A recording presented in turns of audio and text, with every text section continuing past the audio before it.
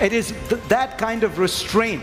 It is that kind of sober-minded, sensible, intelligent foreign policy that Obama represents. So I guess what I'm telling you is he's sort of a closet Canadian. Vote for him, for God's sake.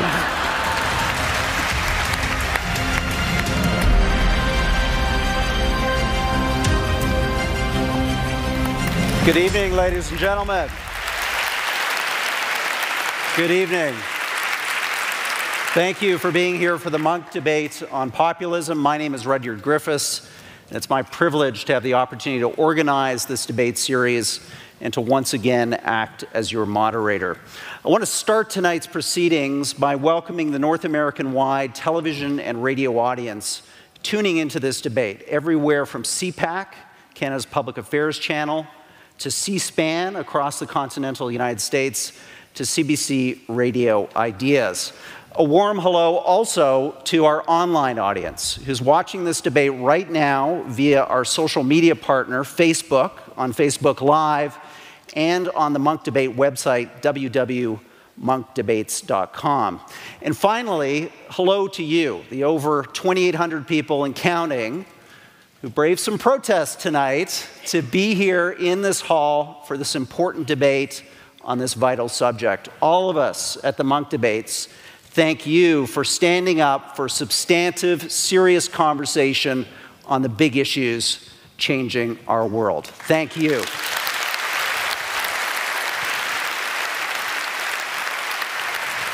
Bravo. And thank you also to the Aurea Foundation, who has the courage to support this series year in and year out for over a decade.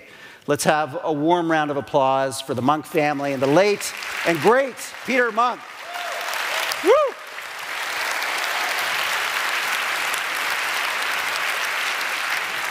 Well, tonight's debate is happening, we all know, just days before these critical midterm elections, and it will tackle one of the most important issues facing the Western world, the rise of populist politics. We're going to ask tonight from these two debaters to answer some important questions. Is the West living through a populist sea change that will irrevocably transform our politics? And can these long-standing liberal values of trade, society, of politics, push back against this populist surge and reassert their primacy in the 21st century? Well, let's find out by getting this debate underway and getting our debaters out here center stage. Arguing in favor of tonight's resolution, be it resolved, the future of Western politics is populist, not liberal, is the former strategist to President Donald Trump and global populist campaigner Stephen K. Bannon.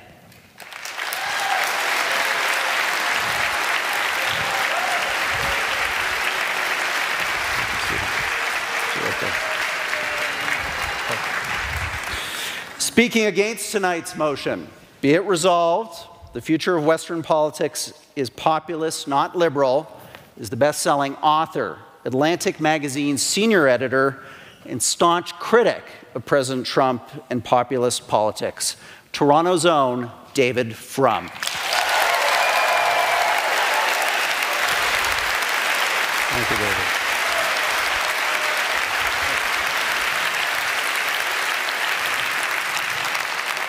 Now, for those of you watching online, we have a rolling poll and hashtag going tonight. That hashtag, and it's trending already, trust me, is #MunkDebate. You can also go on to our website, www.monkdebates.com/vote, and be part of a rolling poll that will assess these debaters' performance and allow you to vote on the resolution. Finally, we have our countdown clock. This is one of my favorite innovations here at the Munk Debates, and debaters, pay attention because this is important. In the final minute or so of each of the different segments of this debate, this audience will see a clock appear on the screens. When that clock reaches 0, join me in a loud round of applause, and that will keep our debaters on their toes and our debate on time. Now, this is going to be fun. This is a little bit of a different experiment tonight for us. We're going to experiment with some live voting on the resolution. All of you received a clicker. I've got mine here somewhere. Let me find it. It looks something like this, okay? So everyone take out their clicker, and we're going to ask you to vote on the resolution. Is populism the future? Can liberal values push back? If you are in favor of the motion, I want you to press A on your clicker. That's A or the number 1. Okay, if you are opposed to the motion, there's no do-overs here, okay? You're going to press B or number 2. You can't vote in the midterm elections, but you can vote right now. So we're going to let those results tabulate a bit. We're going to give people a few minutes. I'm going to remind the online audience that they can go to our website, www.monkdebates.com/vote. We've got a question live there right now that lets you vote on the resolution and see how your fellow online watchers are going to gauge opinion at the start of this debate. Okay, let's close that question. We've all had a chance to vote, and let's see the results. What is this audience thinking as it goes into tonight's debate? How is public opinion divided in this room? Can we see those results up on the screen? There you have it. 28% of you agree, 72% of you disagree. An interesting start. Now, we're going to ask a second question.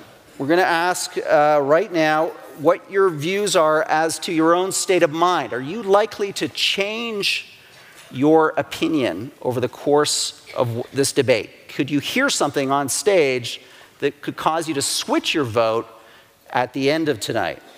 So if you think you could change your vote, press the number 1 or the letter A. And if your mind is set, if you're fixed here, if you're coming in with a view and you don't think you're going to get budged from it, press B or number 2.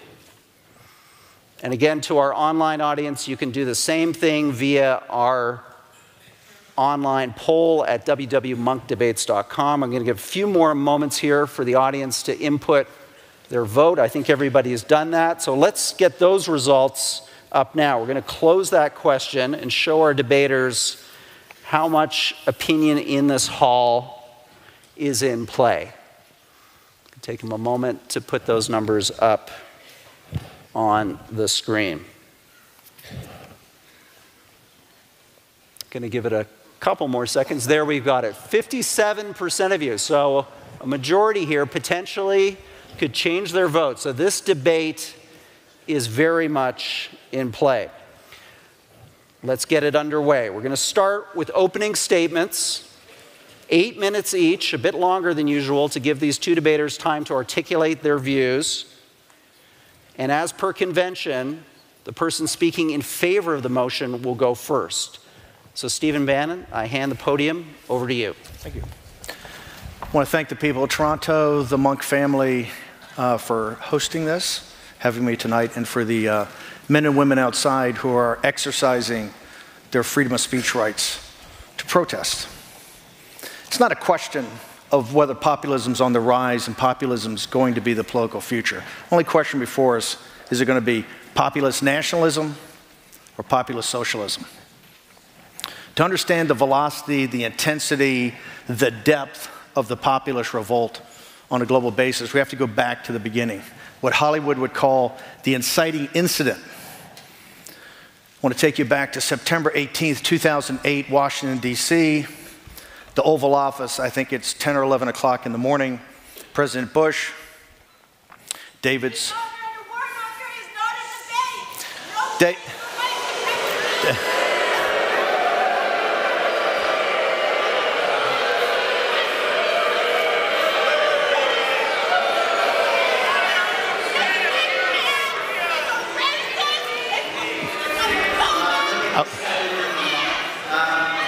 We respect your right to free speech, but we have, if I'm correct, audience, we have 2,800 people who want this debate to go on. So could I have a round of applause, please, for this debate to proceed? Thank you.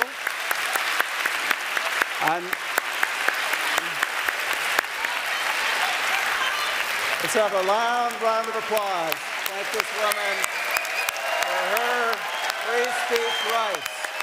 We appreciate that. Thank you very much.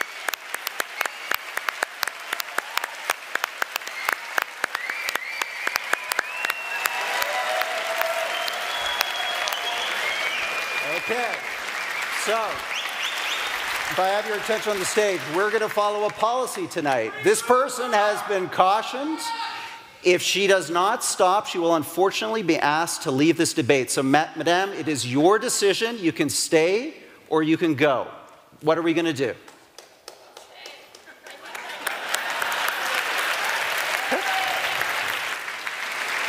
Okay, no, sorry.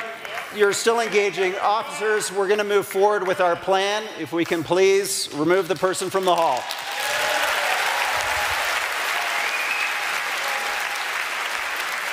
Thank you very much.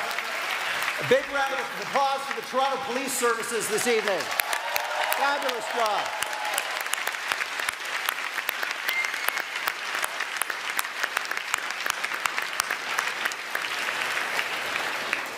Okay, Stephen, you've got the floor again.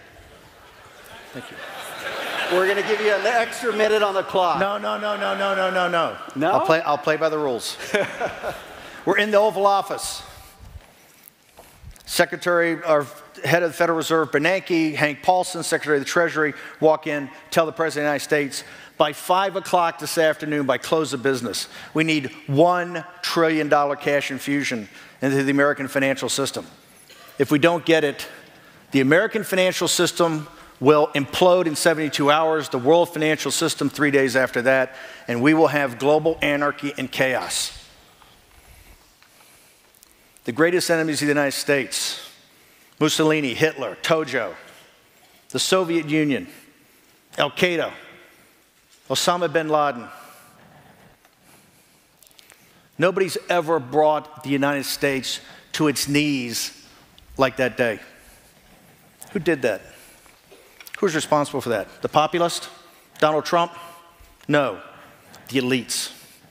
The financial, the corporate, the permanent political class that runs Washington, D.C. That's who did it. What was their solution? To create money and bail themselves out. On the day that happened, the balance sheet of the Federal Reserve was $880 billion. When Donald Trump took the oath of office, January 20th, 2017, it was $4.5 trillion. We flooded the zone with liquidity, just like the Bank of Tokyo, the Bank of England, the European Central Bank. The party at Davos, the elites, bailed themselves out, afraid of some sort of deflationary death spiral. That's not a free bailout. There's a corollary to that. Savings accounts are zero. Pension funds have the biggest gap in history. You can't underwrite a bond in the United States because you only get, for a public school or waterworks, you get 2%. The little guy would bear the burden of that. If you've owned assets, intellectual property, stocks, real estate, hedge fund, name it, in the last 10 years, you had the greatest run in history. For everybody else, a disaster. 50% of American families can't put $400 of cash on their hands on cash, right?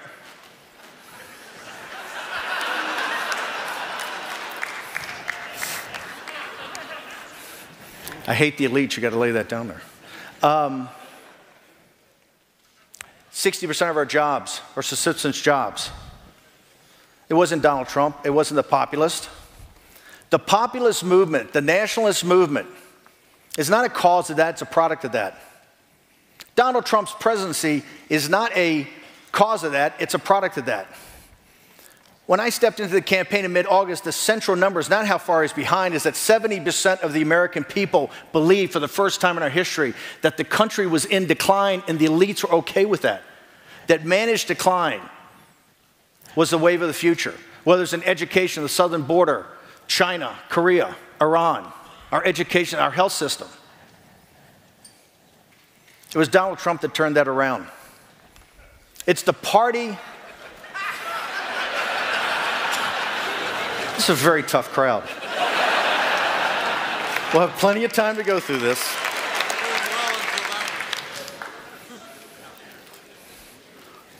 party at Davos, the scientific, managerial, engineering, financial, cultural elite that run the world,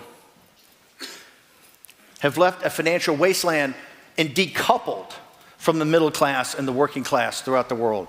That is why Salvini and Orban and Brexit and now Bolsonaro, it shouldn't be lost on you the day Captain Bolsonaro is elected is the day Angela Merkel will leave the stage. Trump's economic nationalism doesn't care about your race, your religion, your ethnicity, your color. Okay. I got a whole night to convert you. I saw the 28%. It doesn't. Doesn't matter your gender, doesn't matter your sexual preference. It matters. I said economic nationalism. Work with me. It cares if you're a citizen. Look at the results. Look at the results today.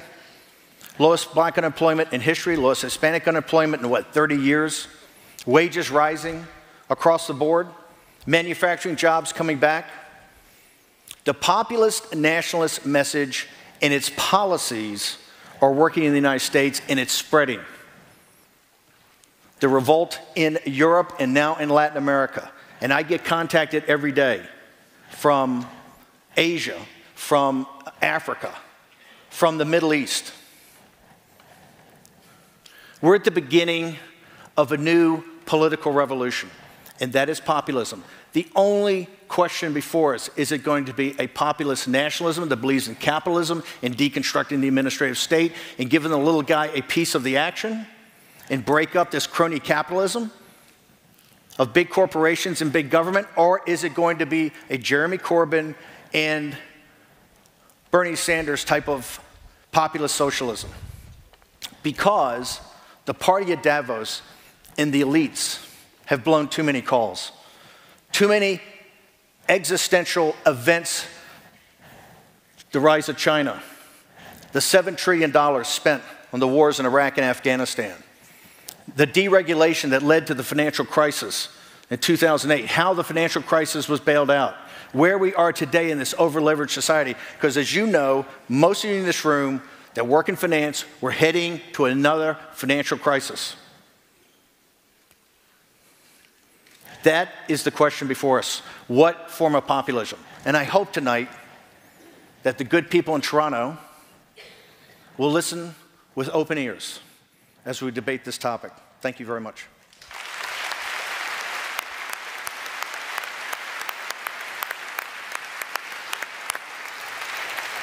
Thank you, Stephen. David, we're going to put 8 minutes on the clock for you for your opening statement. You now have the stage. Thank you. Well, I think we're all here to welcome Steve Bannon to President Trump's least favorite country.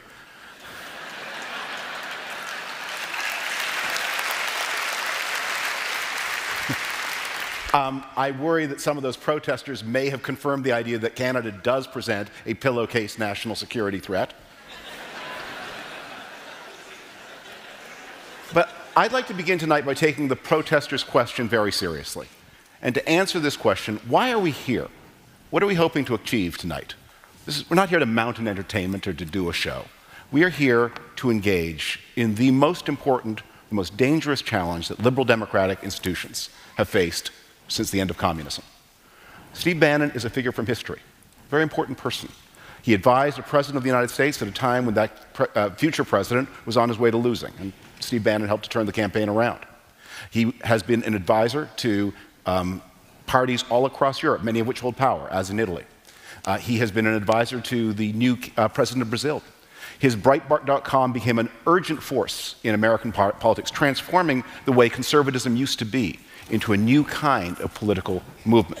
And all of that is his work. So what do I hope to accomplish tonight by being here with him and engaging with him? First, I want to do three things.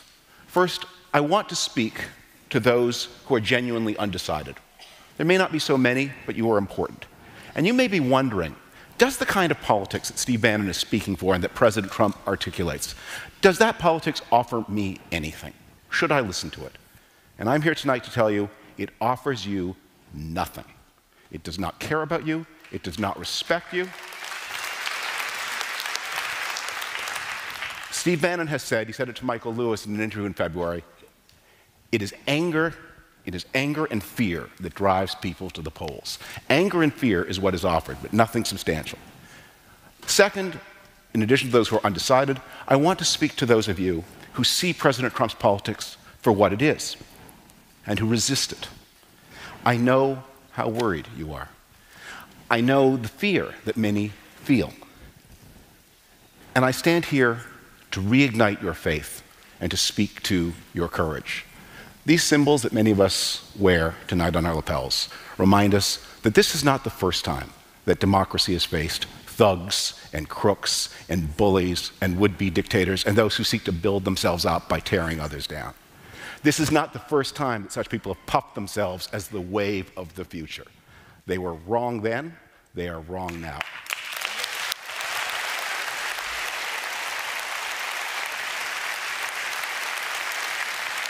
We are here to show that we are what our parents and our grandparents were, and the challenges and threats they met and overcame, we can do the same.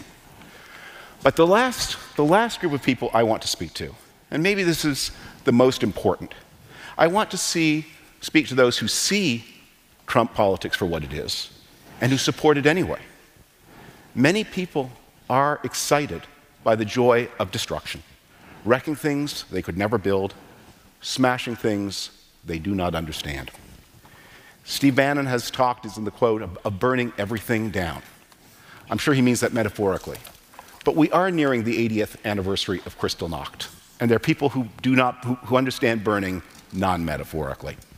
And I'm here tonight to speak to all of them and to say, you will lose.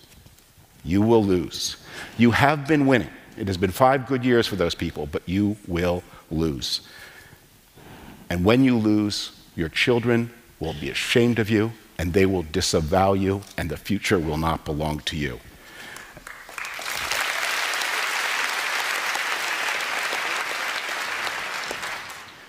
And it starts tonight. Now, we have a definitional problem as we begin this debate, because we're using words that have large meanings, liberal, populist. We're not exactly sure how to use them. And it's strange, and many people made the point, it's strange for me, a lifelong conservative, to be here on the liberal side of this debate. And I'm not a liberal. I am a conservative, but what I and other conservatives in the English-speaking world have historically sought to conserve is a liberal heritage. And this is something that conservatives and liberals share. We are trying to conserve a state that does not steal, a media that does not lie, courts that respect the rights of all, and voting that is available to everybody, even if the people who are counting the votes are afraid that those who are voting may vote against them.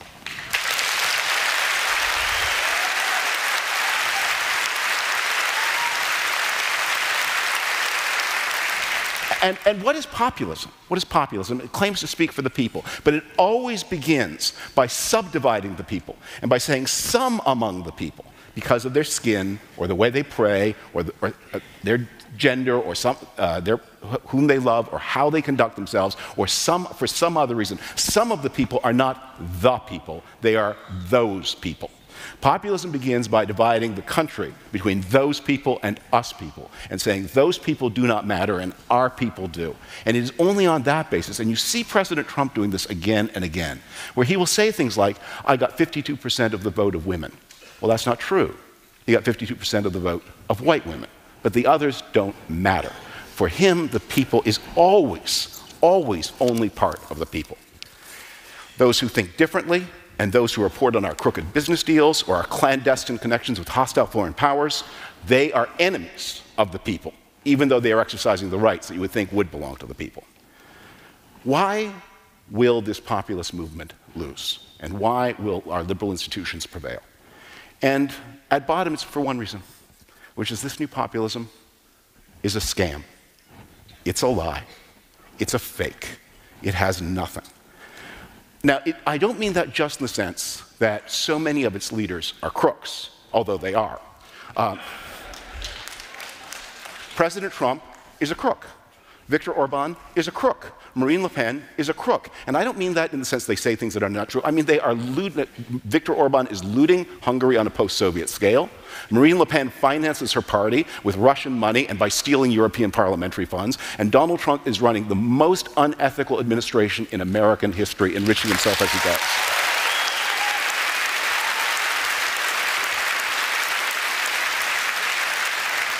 But I mean it in another way, because it is a scam even on its own terms. What do they deliver? Donald Trump is running the American economy the way he ran his family businesses. He inherited a fortune, has proceeded to dissipate it, and is telling everybody what a great job he's been doing. President Trump today took credit that in the month of October, 250,000 jobs were created in the United States.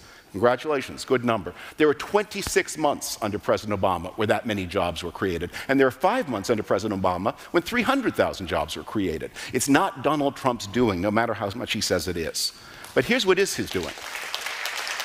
The biggest trade deficit with China since before the Great Recession. And illegal immigration that is running faster than it ran in the 2 years before he took office. There's going to be a lot more to talk about tonight.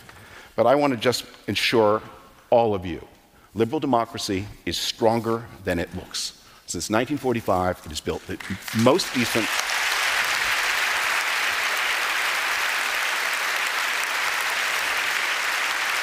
best societies ever seen. And the new populism is based on one assumption. Back and forth, your time is up, I'm afraid. Okay. So, ladies and gentlemen, we're going to do something a little bit different tonight. We're going to have timed rebuttals here. We're going to let both of these debaters engage with what they've heard in the opening statements and really get this debate underway. We're going to have 2 of these rounds. Stephen, you're up first. We're going to put 3 minutes on the clock for you. You know, this is the oldest trick in the book. Just smear the populist movement. You know, smear the deplorables. You know, Hillary Clinton tried that. We saw how it turned out. David, the reason that Donald Trump and the populist movement rose is because of the administration you worked in, right? You keep talking about the ability to make these decisions and, you know, how great a decision you're making, all these scumbags and thieves that are in the populist movement. The reason you don't like it today is liberal democracy, and people, you know, the concept of the economists is illiberal democracy. The reason you call it that is because Orban is winning with 70% of the vote. De Maio and Salvini are winning with 2/3 of the vote. Captain Bolsonaro wins with 55% of the vote. Donald Trump wins with over 300 electoral votes.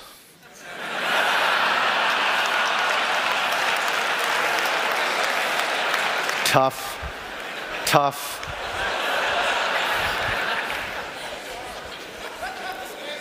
In the watch of President Bush, we saw the inexorable rise of China and was told there was the second law of thermodynamics. Right? They were going to become a liberal democracy and a free market capitalist. And we watched the beginning process of the deindustrialization of the United States, shipping all the manufacturing jobs over there. If you read J.D. Vance's Hillbilly Elegies, the great sociological study of the deplorables, it shows you a direct correlation between the factories that left, the jobs that went with it, and the opioid crisis. They took away people's self-worth and dignity. The second was the great decisions and the $7 trillion. That's Brown University, Watson Center. That's not Breitbart. That's their analysis of what it costs on these wars that we still haven't won and are still in 17 years later. What, 10,000 dead, 40 or 50,000 combat casualties, and $7 trillion spent. And the last is the financial debacle on their watch. You know, it's pretty easy to sit here with all these highfalutin terms and how racist. The populist movement is not racist. Look at the economic benefits that are coming through President Trump's policy. And if you believe for a second his thing about Obama, he didn't understand the math between $880 billion and $4.5 trillion. It's pretty easy to create things when you're flooding the zone with capital and destroying the basics of the Judeo-Christian West family, which is saving. You cannot save anymore. You don't have a pension plan. That is all the work of the great elites of the permanent political class that look at the populist movement as a bunch of racist, nativist xenophobes. Well, it's not. It's the backbone. They're the backbone of our country, the most decent people on earth. Here in Canada, you're built upon your same building blocks of the little guy, the little person. What do you call it? For the common good?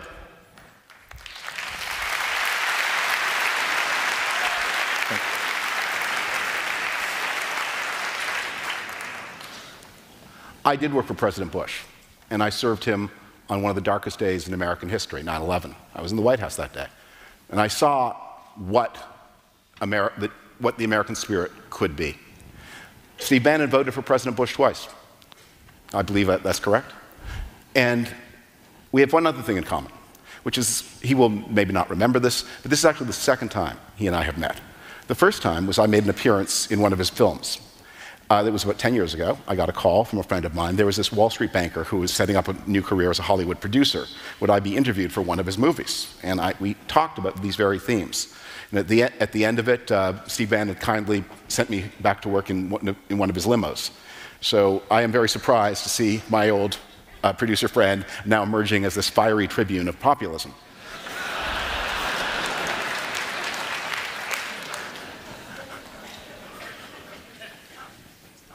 But it is absolutely true that liberal democracy is in trouble now because of the failures that have happened in the past, because of the financial crisis, and because of lost wars or unsuccessful wars. And it was true that liberal democracy in the 1930s got into trouble because of mistakes that were made.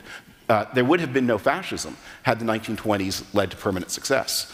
The failures of a good system are not a reason to turn to an evil one.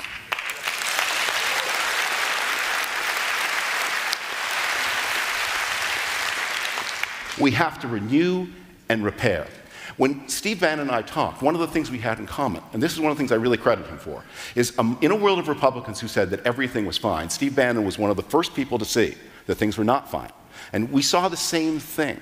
We saw the stress that was happening to middle-class incomes. We saw the tensions that were arising as wealth became more extremely unequal in the United States. And I think one of the reasons it's interesting to reconnect after this time is because we had very different responses to that. The populist movement sees those fissures and sees them as opportunities to exploit, to destroy, and to overthrow. And I see them as flaws that demand reform, constructive repair, and renewal. What you're being asked to vote on tonight is not, was everything handled well in the Bush years? What period in history was everything handled well? The question is, what are you going to do about it? How are you going to respond? What kind of world do you want to build? The choice is between destruction and renewal, between freedom and non-freedom. And the choice is between a society that respects everybody, all the people, and a politics that defines the people against the people, always excludes someone else out, and that makes the basis of the nation the suppression of much of the nation.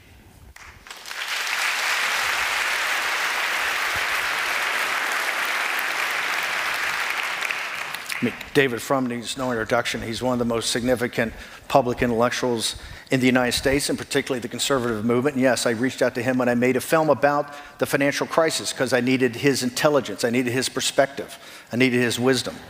It's a very high priority for me and others in the populist movement to convert people like David Frum to our cause.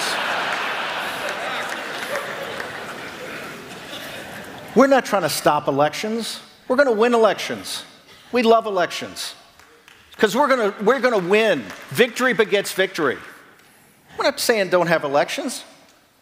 We're the true anti-fascists. Fascism looks to worship the state. The Trump movement has three things: economic nationalism, American first national security policy, and deconstruction of the administrative state. The progressives over the last 40 or 50 years have built up an administrative state bigger than the cabinet departments we have. It's something the founders never, it's a fourth branch of government. Trump's entire program, it's why Gorsuch and Kavanaugh are in the Supreme Court. The Chevron exemption, they're all about deconstructing. It's not deregulation, it's taking the Leviathan apart brick by brick, which David Frum has argued for 30 years of his professional life.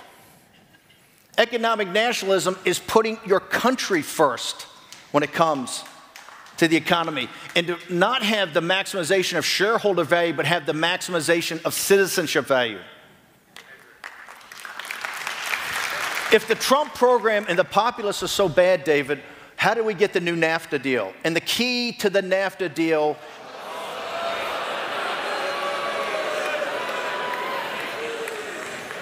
I forgot him in Toronto. It's to create a geostrategic manufacturing base that will counter East Asia and not allow Mexico to China to game the system through Mexico. The benefits of this, as you see the supply chains, you see the EU and Japan and Korea have bilateral deals with us, are going to be enormous. It's going to bring our manufacturing. It's like the original NAFTA when Canada's economy went up 10 times because the manufacturing it took from the US. You're going to see the supply chain start to come back. Reasonable men can disagree.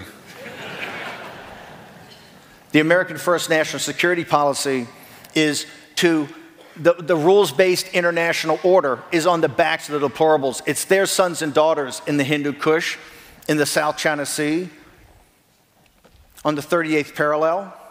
That network of commercial relationships, capital markets, trade deals, from Europe to the Persian Gulf to the South China Sea to Northwest Pacific. President Trump is trying to reinforce that. Make NATO work. Make the Gulf Emirates work.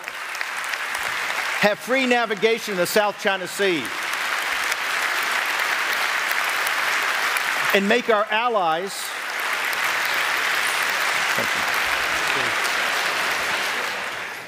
David, that's exactly what we're going to do. I'm not going to muck this up by over-moderating, so I'm going to put another 3 minutes on the clock. Let's do another round and see where this goes. How did we get the new NAFTA?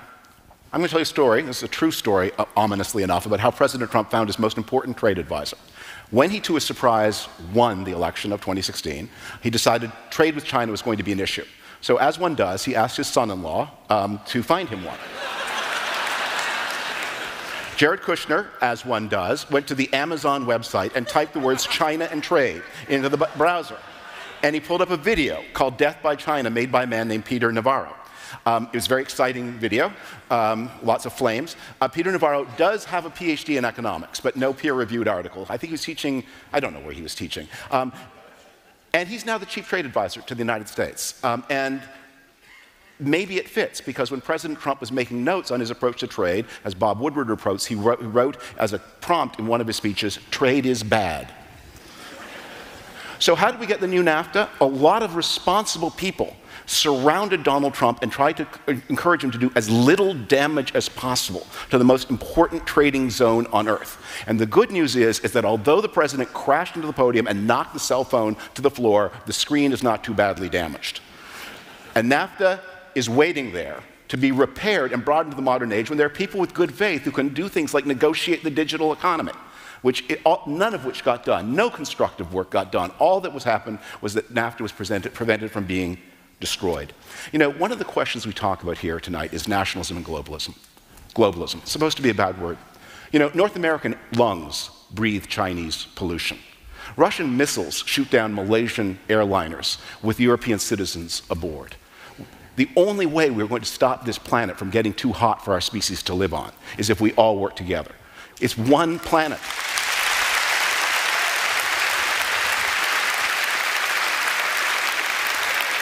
We love our countries. Only through countries can we exercise our democracy. But we work together with friends and partners. How did Donald Trump get NAFTA? By bullying people, not by treating them as partners. He's never been able to negotiate a win-win deal in his business career. So Canada and Mexico are less powerful than the United States. And in the past, America always said, even though that was true, obviously, we can work cooperatively together.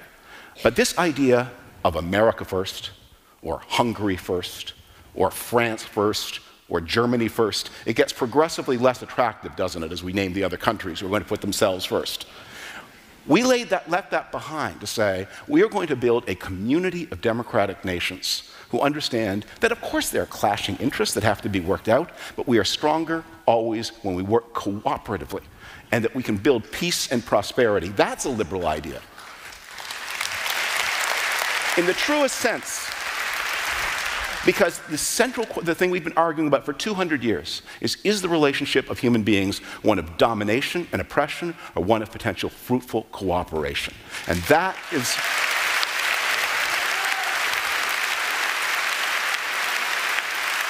That's the question on the ballot tonight.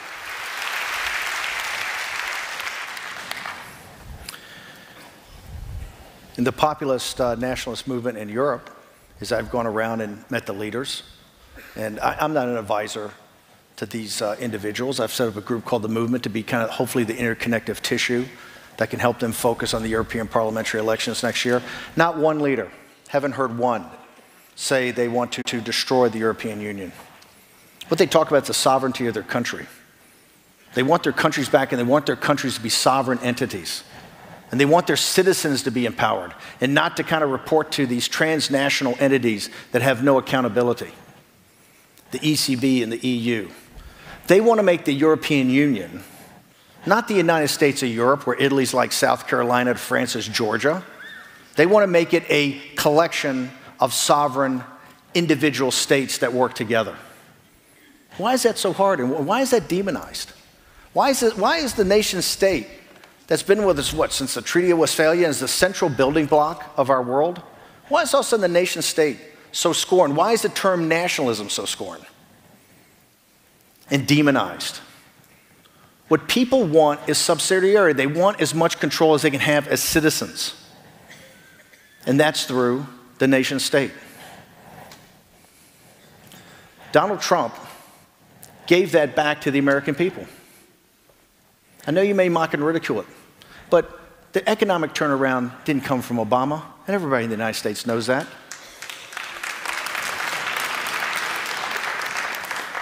The most progressive president in the United States, and he can't defend this, flooded the zone and bailed out the elite in our country. We have socialism in the United States for the very wealthy and the very poor, and a brutal form of Darwinian capitalism for everybody else.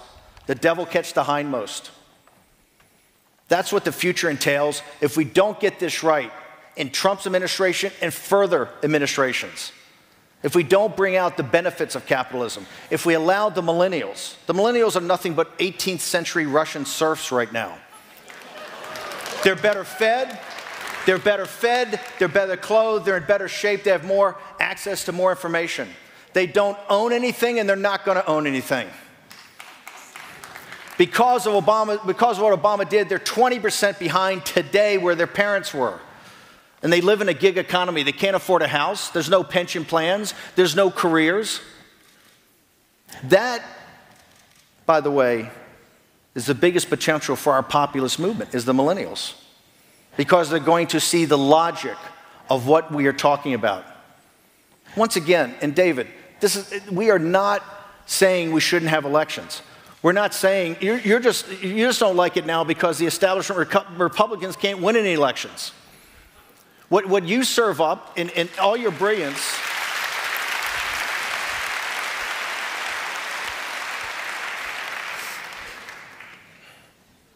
Oh my Lord, did they bring me to Toronto to defend the Obama economic record?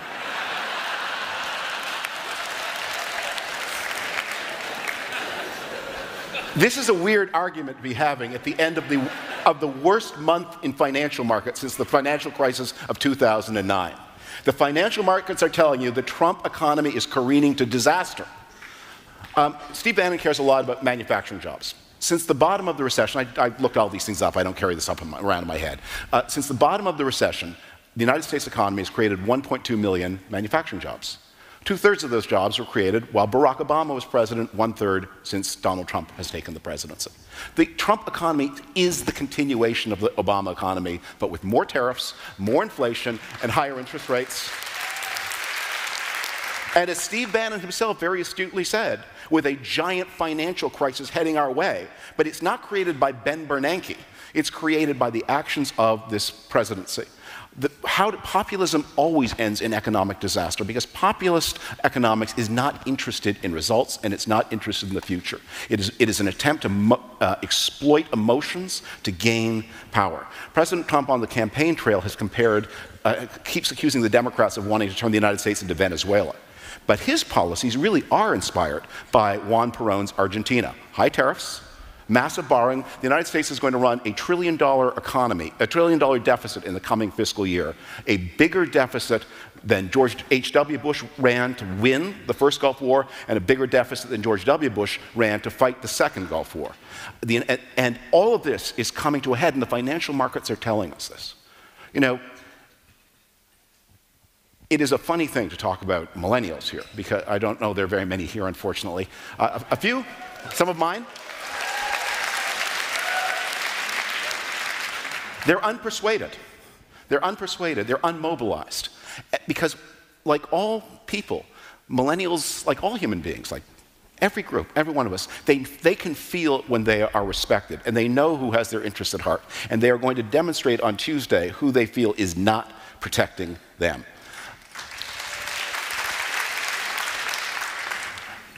But this debate involves them in another way, because what we're really arguing about is not who's right or wrong. Although, of course, I'm right. We're arguing about to whom does the future belong, because it's possible to be right and still to lose. But the future belongs to my side of the argument, because the future only belongs to those who care about it. The future does not belong to those who immolate the future in order to achieve a temporary advantage. That is the policy of the Trump administration, and that's what all of these high inflation, high tariff parties across Europe are. They don't know what they want to do, they only know who they hate. And hate doesn't build.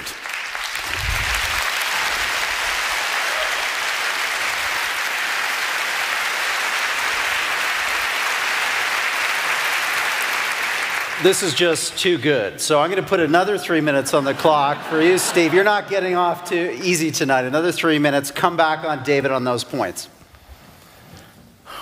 You know, this is the whole thing, the other smear, which I never thought David would stoop to, given my esteem for him as a public intellectual. This whole thing about hate. You know, Donald Trump, when he won, he's supposed to hate Muslims, right? Supposed to hate, be a Islamophobe. Where's the first place Donald Trump went? Read the book. Hang on. Hang on. Hang on. Hang on. Hang on. Hang on. It was to bring, bear with me.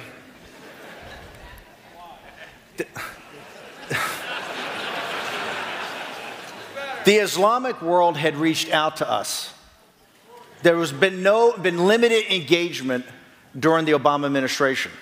Obama administration was engaged with Iran. So the first summit in Riyadh was set up to talk about and discuss three things that they brought up. Number one, how do you eradicate Islamic terrorism from the face of the earth? By cutting off the financing. Number two, how does the Arab world come together as one with Israel to stop the expansion of Iran? And number three, the Islamic world says, we know we have to go through some sort of form of modernity. Can you assist us in some way? We have to do this ourselves, right? Three aspects that they asked for, even before we won the election, when Trump met with them at the UN. So how does Trump get to be called a hater? He went over there and said, hey, here's the system of how we stop the financing of radical Islamic terrorism, because it's blowing back on your societies today in Western Europe and the United States. And look at the improvement we've made in just 2 years. Look at the eradication of the physical caliphate of ISIS that was done in conjunction. Remember, in 2014, ISIS had 8 million people under slavery. They had, oil wells. They were taxing people. That was Trump coming together with the Muslim world to destroy it. In addition, it was the beginning of an alliance, a beginning of a partnership, as imperfect as it is in that part of the world, with the Arab world, in Israel, and the United States, and the nations ultimately of Europe, to stop the expeditionary expansion of Hezbollah in Iran. And the third was to assist the Arab world in any way, understanding they have to do it just like Christianity had to do it, to go through its own enlightenment. And yet Trump is smeared every day as an Islamophobe and a hater. He's anything but, and it's his actions. Look, it's the signal and the noise. Listen to the signal. He puts it out every day through actions. The noise, I understand, is a flashbang grenade, okay?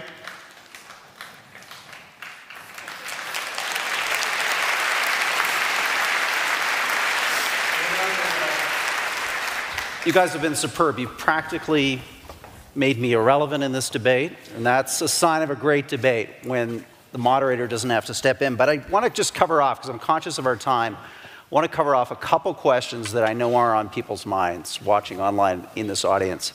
And David, I'm going to start with you in the midterms. Tuesday, critical test of this presidency. He seems to have campaigned out of a populist playbook. Hard message on immigration. Some would say shocking message on immigration. Hard message on China and on trade. And a demonization of the media and so-called elites. Why isn't that a powerful proof point for your opponent here tonight, the effectiveness of those populist memes seem to have with the American voter as opposed to your liberal idealism? Well, we will see how powerful they are. But I think Donald Trump is president, not because just of those notes, but because of something else he did. And Steve Bannon was there, and this was very clever, which is Donald Trump campaigned in 2016 as the one Republican who would respect and protect Americans' health insurance. He gave an interview in September to Dr. Oz. That's a program that probably a lot of people in this room and the dreaded elites do not watch, but it's watched by a lot of people. 80% of his audience has a household income of less than $30,000 a year.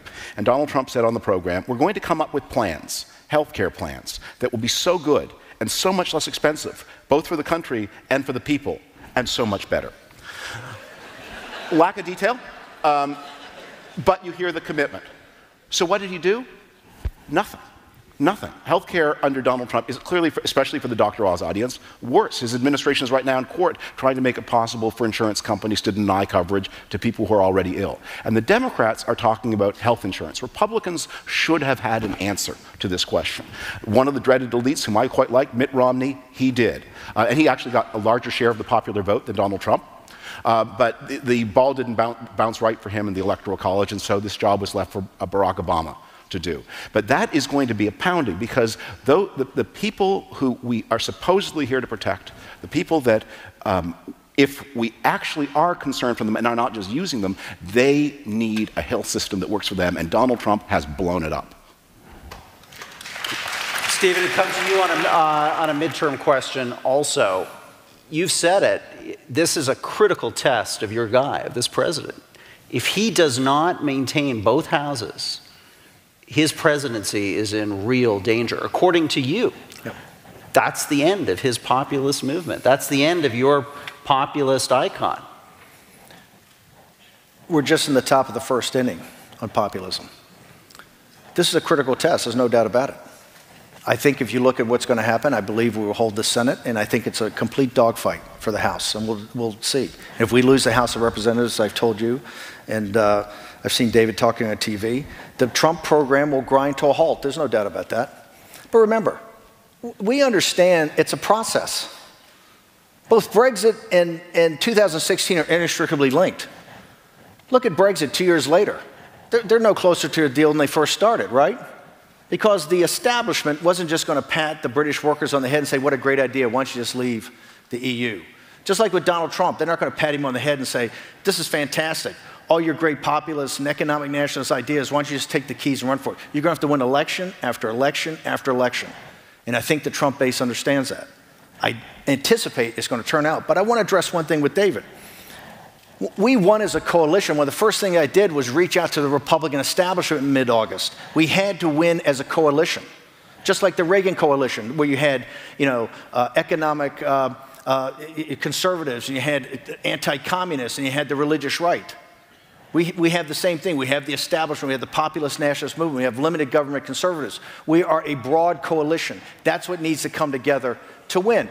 In governing, David, we turned immediately to the Republican Party, our partner in that victory, who said, we've got it. Give us the keys on health care. We've been working on this for 7 years. The entire debacle on health care in that first year was 100% the Republican establishment. It turns out they didn't really have an idea about health care, okay? The same thing with taxes. Remember, we were going to start with the border adjustable tax that Paul Ryan had worked for 7 years on. In 90 days, that got blown up, and we had to do the tax plan we had, of which, by the way, I argued, as many as you know, to read the Wall Street Journal, in the Oval Office for a 44% tax rate of people that make over $5 million a year. And I was blown up. I was blown up by the progressive Democrats that were in the administration, the Wall Street guys who forced in the big tax cuts, of which President Trump has now realized, I think, was not actually the best thing to do. That's why he brought the middle-class tax cut last week. It did, you know, it takes a while. He's getting his sea legs. You don't start day one. David, do you want to jump in on this point? Sea legs. I think that's a great segue to bring some Frum into this conversation. The best defense of Donald Trump is the job's just too hard for him.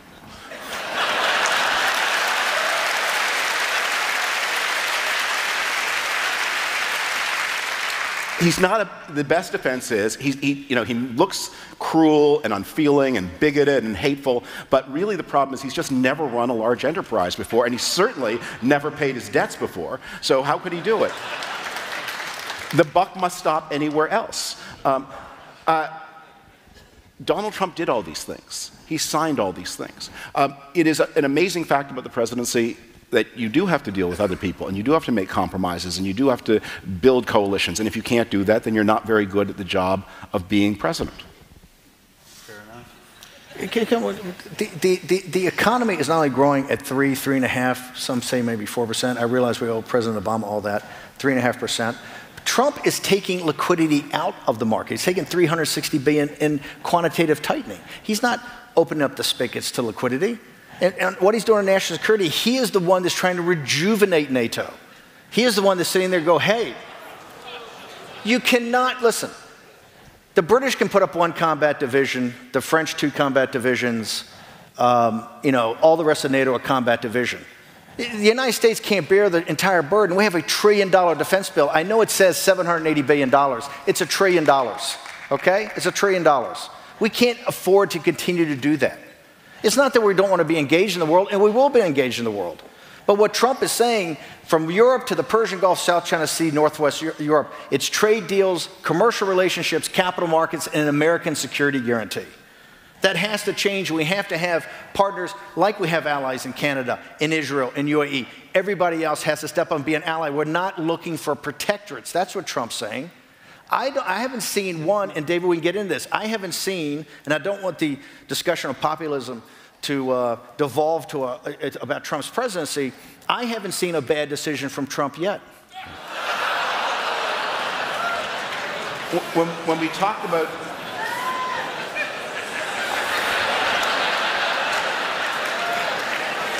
I'm your setup man. When we talk about Trump and NATO,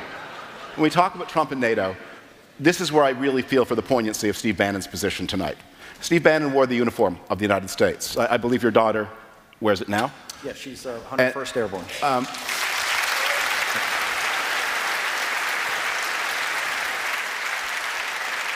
And Steve Bannon described the Trump family's meeting in Trump Tower with agents of the Russian state as borderline treason.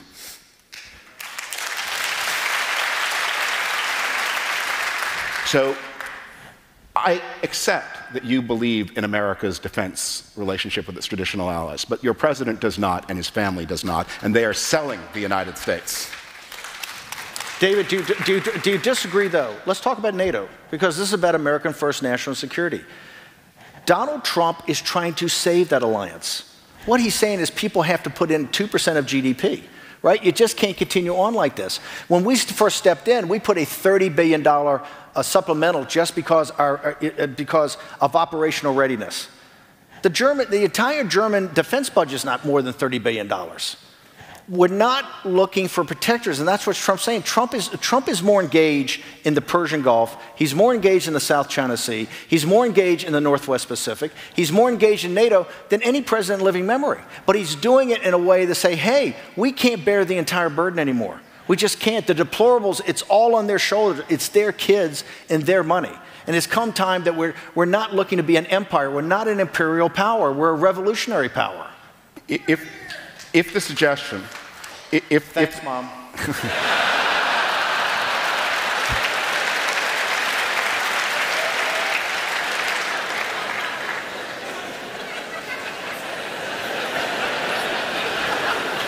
If the suggestion is, as you've made a couple of times, that it's the deplorables, meaning Trump supporters, who are doing the fighting for the United States, this is an example of one of the real ills of populism, because may I remind you that that force is 1/3 made up of non-white people who certainly did not vote for Donald Trump.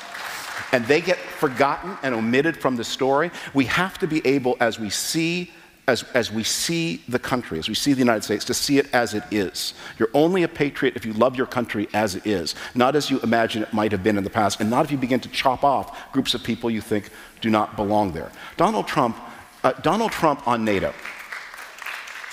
Donald Trump on NATO has made it clear through the campaign that if it's up to him, NATO countries are not being defended. Estonia, he told Maggie Haberman and David Sanger of the New York Times in an interview at the time of the Republican convention, not going to defend it if it's up to him. Estonia is a NATO partner. But overhanging all of this, I don't think you can talk about the Trump foreign policy. And any of these, by the way, these parties that you advise through Europe, they all have some sinister, murky connection to Russian power. The National Front, funded by them. Your Italian friends have, and as I said, I do not put this on you. I know you wore the uniform. But I don't know how you, having worn the uniform, can sit with these people who have these sinister connections and know that there is someone else who does not have the interests of your country, my adopted country, at heart, and he is calling the tune for all of these populist parties.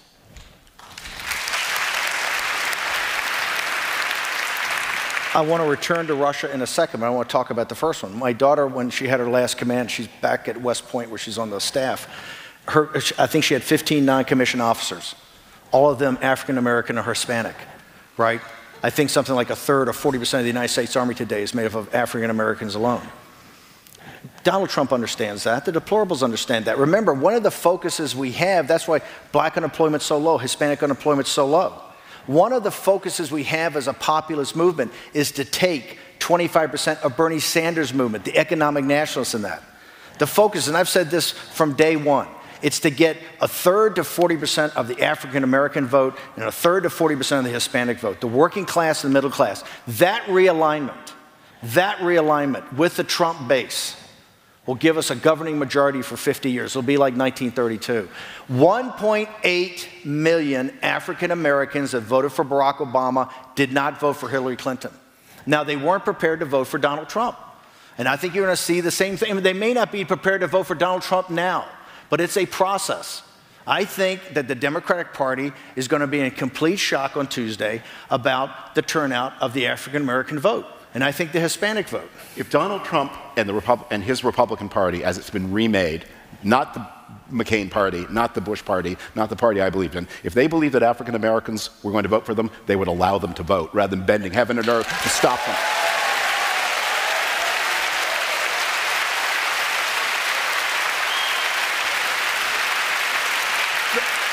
The outcome of the race in Georgia depends on whether black people are allowed to vote. Is the 15th Amendment, and so many promises since then have said they should be allowed to. And the candidate there is doing everything he can to stop them.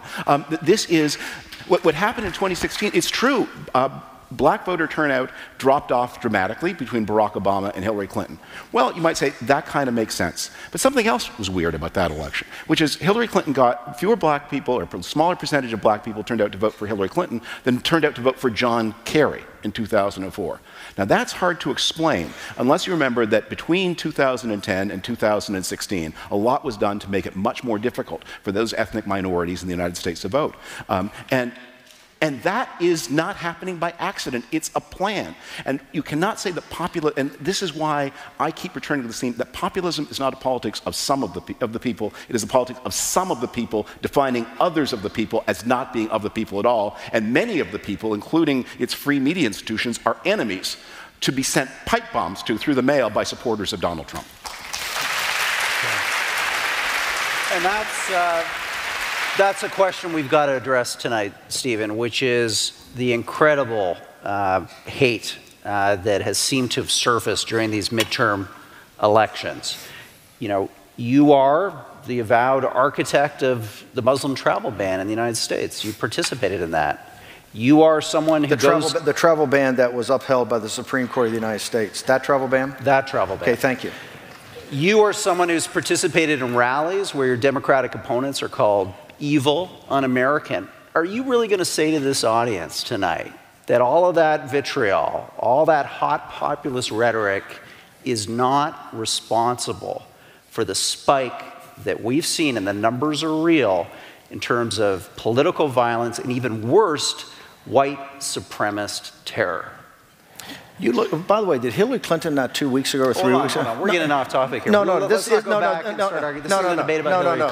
This is the topic. The topic is, can you answer the question? Hang on, nobody focus on. Can you answer the question?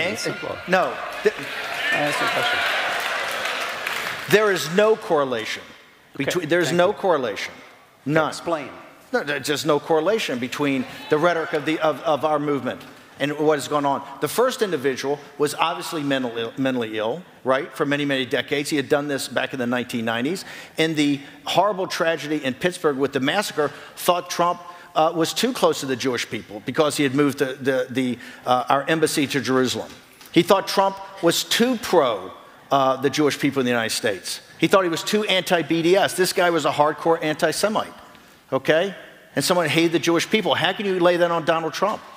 The rhetoric on the left is just as bad. The opposition party media will not report it. Please spare me, spare me, spare me. I just made a film called Trump at War. The first 5 minutes is a prologue. What I took is Don Lemon. I respect Don Lemon. I took Don Lemon's greatest hits when he looks into the camera and says, it's not Donald Trump's a racist, it's you're a racist, you're a xenophobe, you're a racist, the backers of Donald Trump. And I cut it with the footage of Antifa beating these people up. If you wear a red ball cap.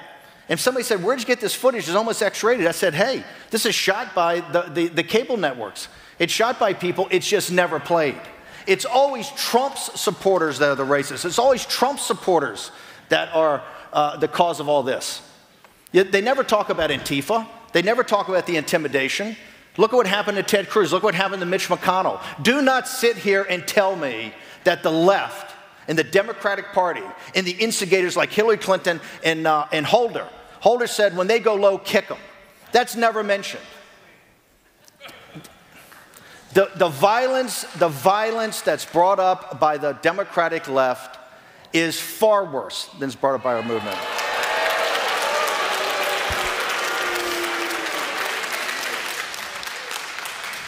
A few minutes ago this evening, Steve Bannon said that when you're assessing President Trump, you have to distinguish the signals from the noise, the things he does from the things he says.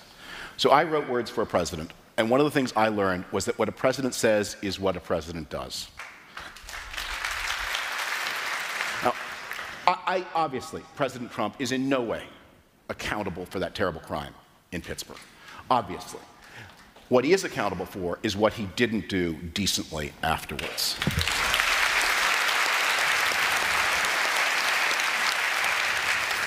That he could not find words. He could not find something in himself. Now, that's a personal failing. That maybe doesn't have political consequences. But the pipe bombs, that's a different story. Because that person was someone who was previously completely unpolitical, became political in 2016, became obsessed with Donald Trump, and every one of the people who got a pipe bomb was a named target of President Trump's. Now, if somebody had listened to Eric Holder and had decided to take him literally rather than metaphorically, as he obviously intended to do, and somebody had gone on a kicking rampage and kicked somebody to death, and it turned out he had Eric Holder posters all over his room, I bet we'd see a pretty contrite Eric Holder today.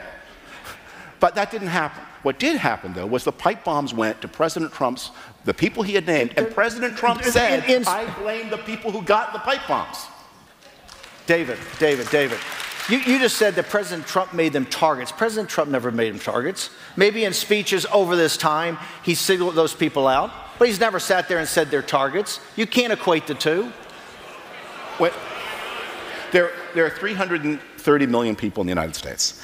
And most of them, of course, like all people everywhere, are wonderful, but some are disturbed. And disturbed people like the unconscious mind always seeks to be taken seriously, to express itself in terms that are intelligible. And presidents do set tone and give permission. Now, most of us will never behave wrongly, no matter who the president is. And that's why American society is not dissolving as we speak. Because if people acted like the president, the place would be Gotham City. But there are people who are at the cusp and who are asking themselves, are my behaviors normal? I mean, we have seen, and this is one of the reasons that Breitbart was so powerful, unfortunately, I think not for good. I mean, you can see the radicalization that has happened even within sort of the so-called legitimate conservative media, how much more radical Fox News is, how much more credence it gives to crazy conspiracy theories, and how much more, by the way, while of course no one wants violence, how much more airtime it gives to subliminal anti-Semitic messaging. I think, you know, anti-Semitic, subliminal anti-Semitic. Every Jew who hears the way George Soros is talked about knows the text beneath the text. When George...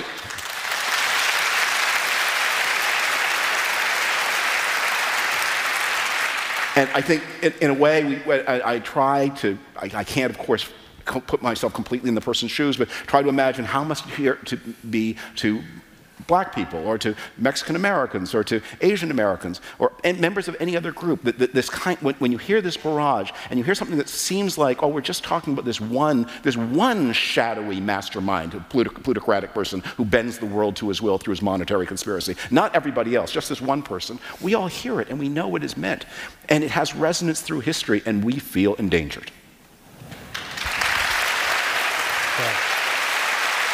And to be conscious of the time. Can I respond to this? Yeah, are you going to respond to it? And then, George, hold on a second. We're going to respond to that just so the audience knows where we're going, and then we're going to go to closing statements. Okay. So we're having such a good time. I thought we'd engage some more. Well, let's waive our clothing statement and still have combat. George Soros, I said in the New York Times the other day, George Soros is demonized because he's effective, not because he's Jewish. And he's been very proud of how effective he's been. I kind of model myself and my NGOs on George Soros. That's how effective he's been in Europe and the United States. And he has not been shy about bragging about that over the last 10 years, of what he's done, how much money he's put to work. He's been incredibly effective. In that regard, he is a role model on his effectiveness. But as I said the other day, when you're that out there, I've got security all the time, and I'm a grundoon. It's the admissions price. It's the emissions price. When you're dealing in this type of environment, it's the emissions price.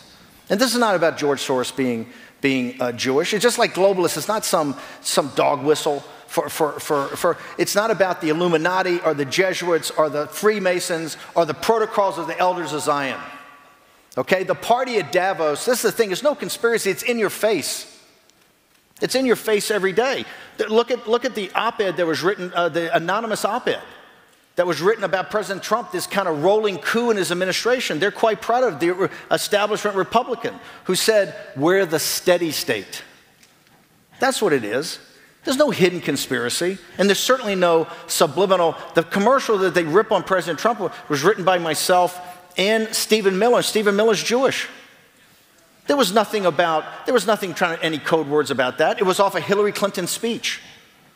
And this is the thing that just, the acid that's dropped on Trump every day about this, to try to delegitimize him as a president. He has not been delegitimized.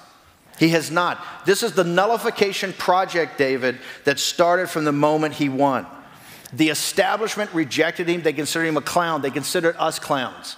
An island of misfit toys that kind of, ran this campaign and at least reached out to working people and said, yes, your concerns are our concerns. That's why we won Michigan. That's why we won Wisconsin. That's why we won Ohio.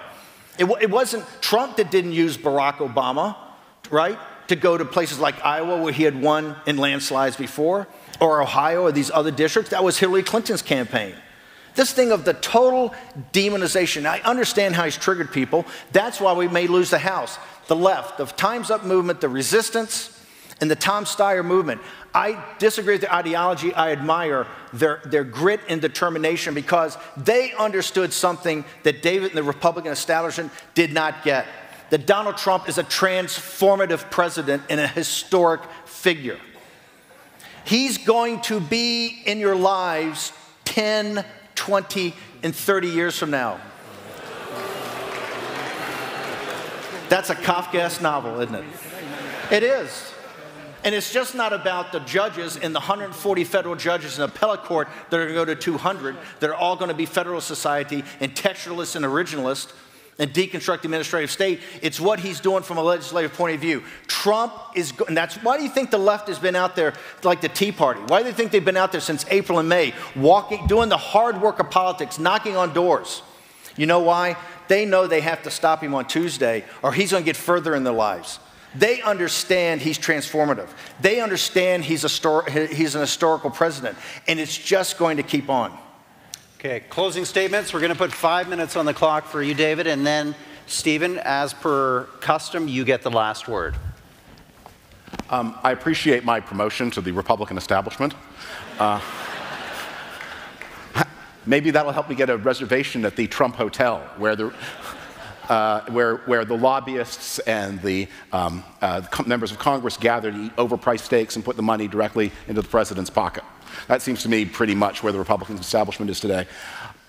If Donald Trump and the Republicans lose on Tuesday, and if they lose badly, it's not going to be because of the left, whatever that means. It's not because of the 50 Antifa black mask guys who roam around the United States breaking windows and committing mayhem, most of whom are probably paid police informers. Donald Trump is going to lose because a lot of people who voted Republican in every election since 1984, especially women, are going to say, enough. This is not me. This is not America.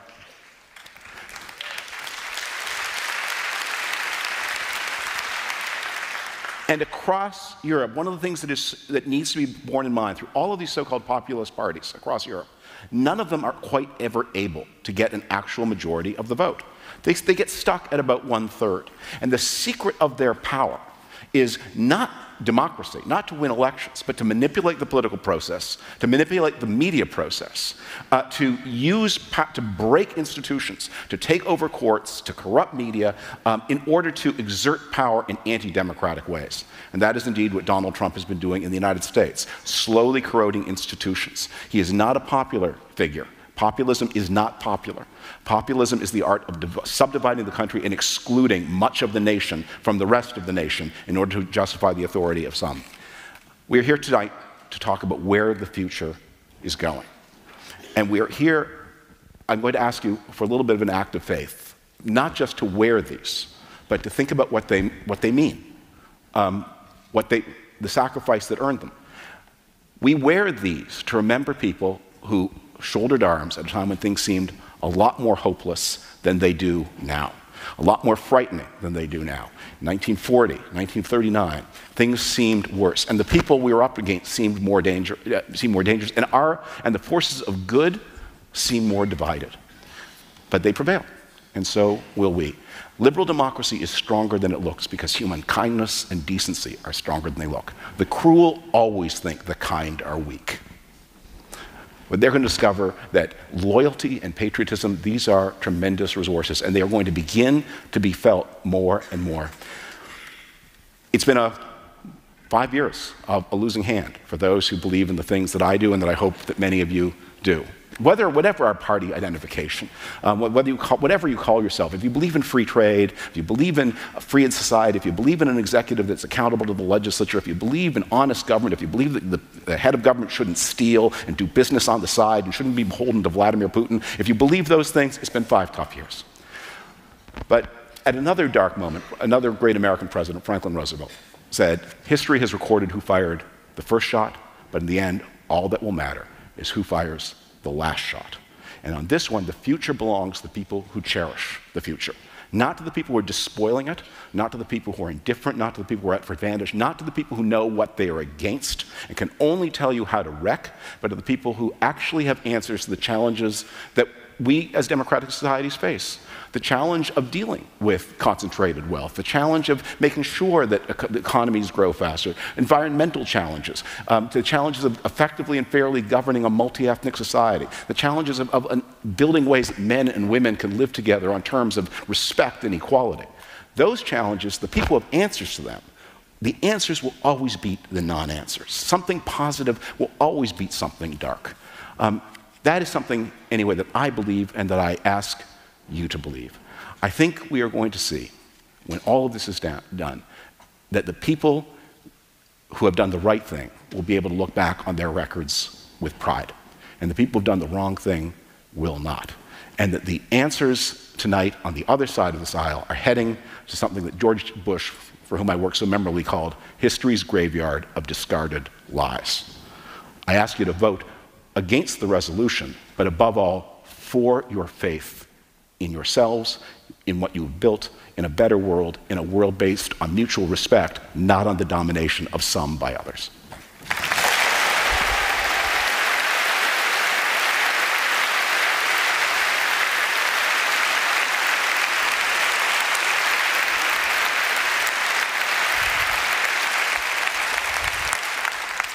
That was very good, David, and irrelevant. President Trump identified himself as a nationalist the other day, right? And the media went to a complete meltdown. Judge President Trump and this populist movement and the populist movement worldwide, judged by their actions. Hold them accountable. We're not perfect. People are trying to figure this out as they go, but I will tell you one thing. The little guy. This is about the little guy versus the elites. The little guy identifies with that, whether it's in Hungary, whether it's in Italy, whether it's in Brazil, whether it's in the United States of America. The future obviously belongs to populism. It's only going to be defined by, is it left-wing populism or conservative and right-wing populism? Is it about deconstructing the administrative state and opening up the power of capitalism? Or is it going to be about more state intervention in your entire life? Because that is going to be the future. The battle going forward in the United States is against the Bernie Sanders and the Cory Bookers and Elizabeth Warren and that aspect of the Democratic Party that grows in strength every day, the resistance. That's the reality. The rest of it's just happy talk. The other thing, don't look beyond the smears, the signal and the noise. Look at the signal. Look at the actions. Look how they're bringing people in. Look how this populist movement will reach out and take the economic nationalists in the Bernie Sanders movement. Look how we will go and accommodate and bring in a third of the African American vote in our country, something the Republican Party for decades and decades and decades talked about and never did. Look at right now, I think it's 40%, the poll today, 40% of Hispanics agree with what President Trump's doing on the border because they understand they bear the burden of the solutions of that. I'm not saying President Trump's perfect. He wouldn't say he's perfect. He's a very imperfect instrument.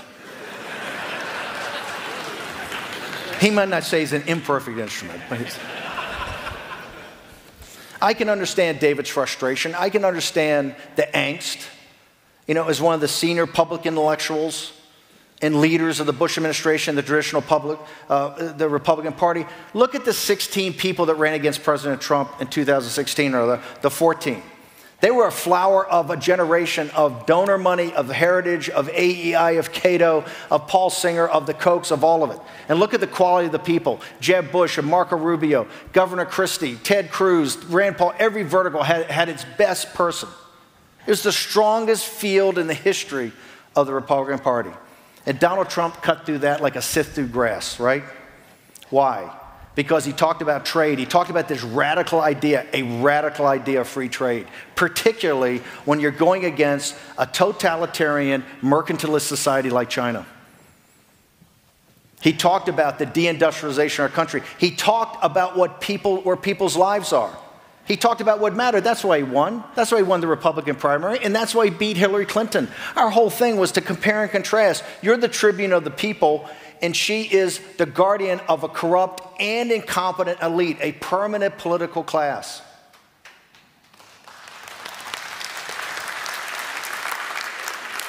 Somehow I see I'm not quite connecting. This is the future.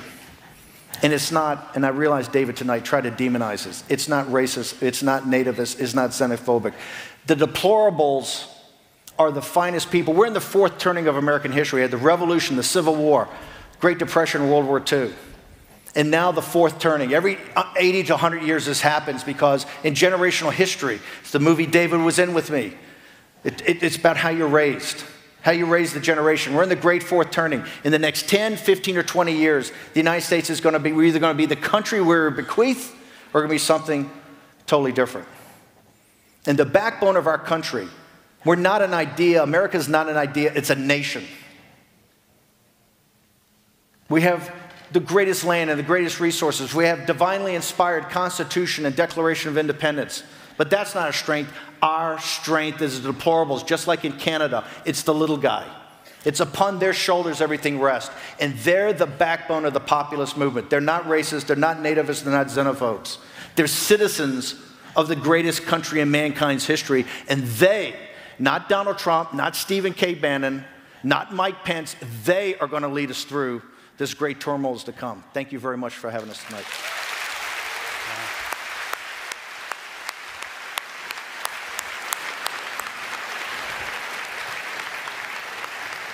Well, ladies and gentlemen, absolutely superb debate tonight. I want to start with a few thank yous. First, thank you to this audience. On behalf of both of the debaters on the stage, you were engaged, you were civil to the most part, but more importantly, I think we've done something tonight. We've showed that Toronto is capable of coming together to discuss difficult, contentious ideas in a way that informs and engages all of us. So bravo to the Monk community. Next, I think we owe our debaters a big thank you. Let's hear it. That was superb, guys.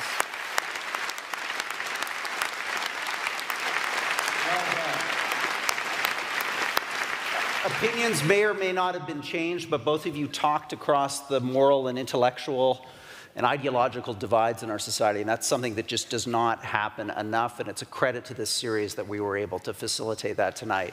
So thank you, both of you. Two final people, because this was a challenging debate for everybody. Two people or organizations I want to single out. First, the Roy Thompson Hall Corporation. This was not easy for this organization to pull over. They gave us this hall. They stood up for free speech. They made this debate happen. Bravo.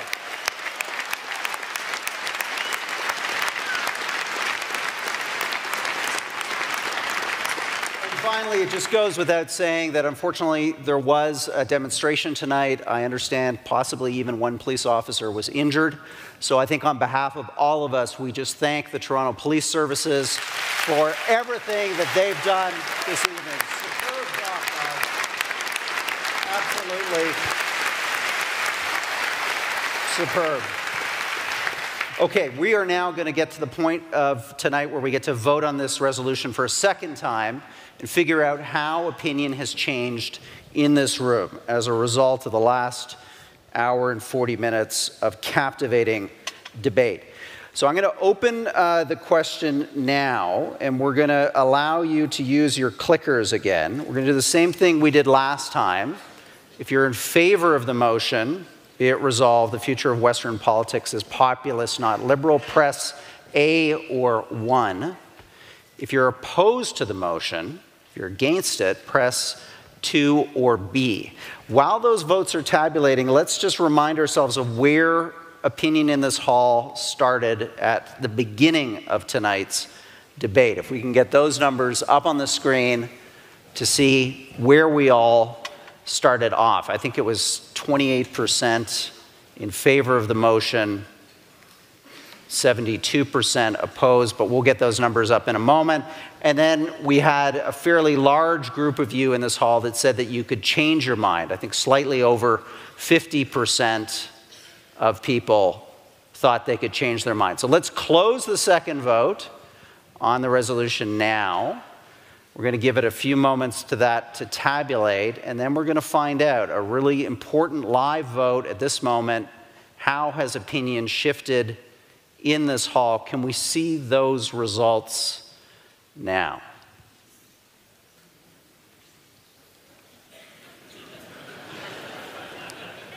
I'm sure somebody is having. There we are. 57% yes. 43% no.